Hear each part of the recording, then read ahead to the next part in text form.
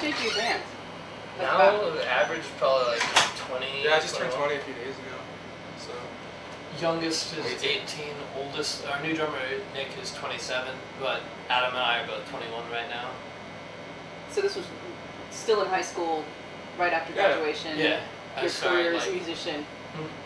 Yeah, I was gonna go to college. And just constant touring, and oh, that's what I wanted to ask you guys. Since you go out on tour with Exodus, good Exodus stories? Well, yeah. Those kid puked on Tom's shoes. That's the one I always tell is they gave me absinthe for the first time and had me drink it straight.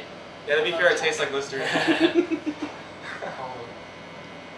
Learned a lot from these dudes. That tour was the hard tour for us because it was our first, and there were blizzards, and we had to all live in a van together, which we had never done. With no AC.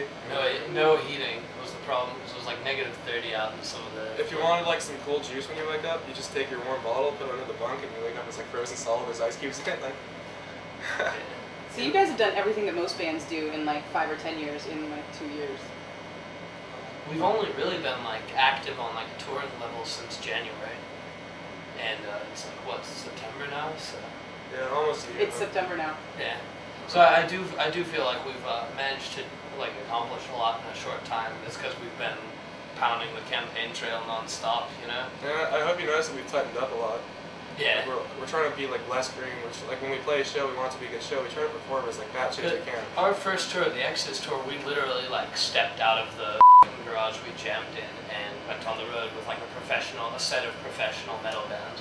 We saw that and we were like, okay, we have to be at that standard. We can't like be a green local band anymore. We have to change ourselves into like a legitimate professional touring band.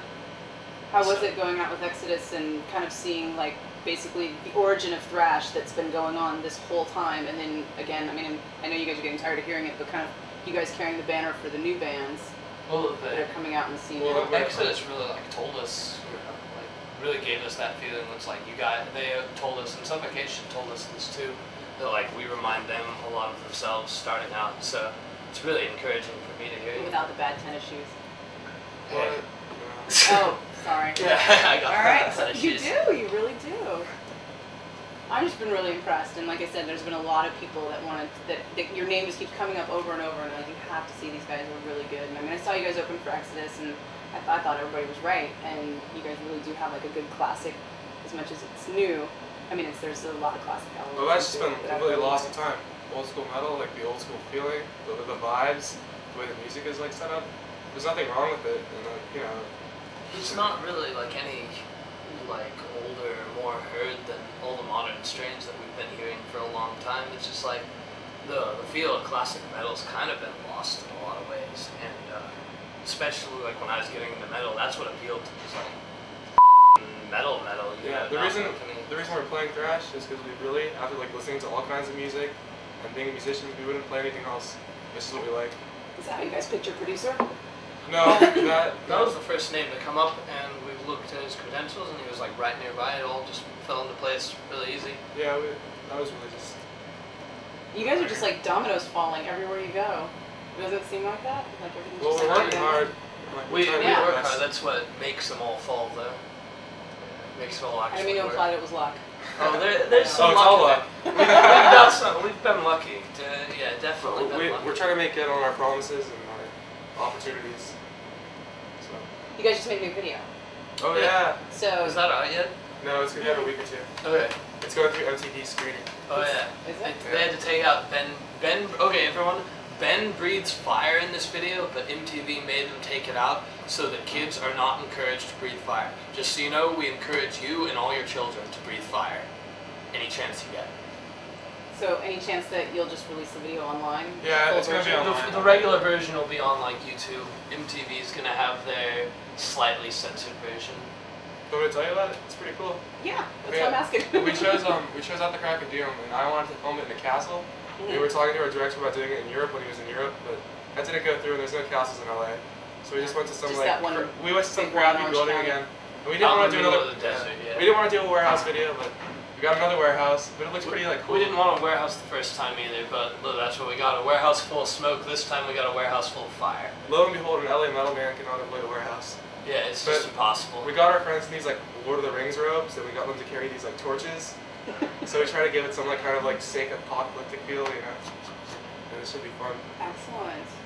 So do you guys see more videos on your horizon, or just constant touring and then going for the second album? That's the label. It's good promotion for the label. It doesn't really need anything for us. The label comes to us and is like, hey, make a video, and we go, okay, because what else are we gonna do? But like, probably gonna be another one when the next album comes out about, well, we have to make that first.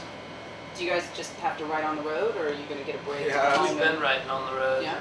We get a little bit of a break where we have all these ideas floating around, but we haven't had a time to get in the jam room and actually play them with the whole band. So we've got a ton of riffs, ton of like, oh, this riff to this riff this many times, but we have to actually like make it.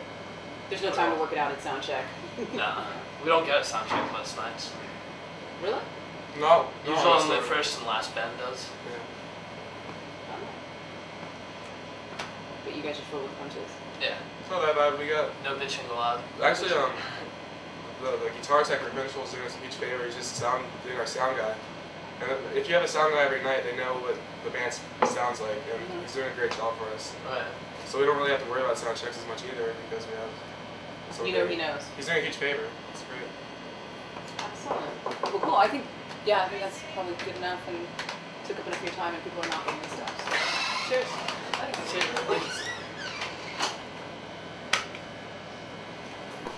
107.7 The Bone.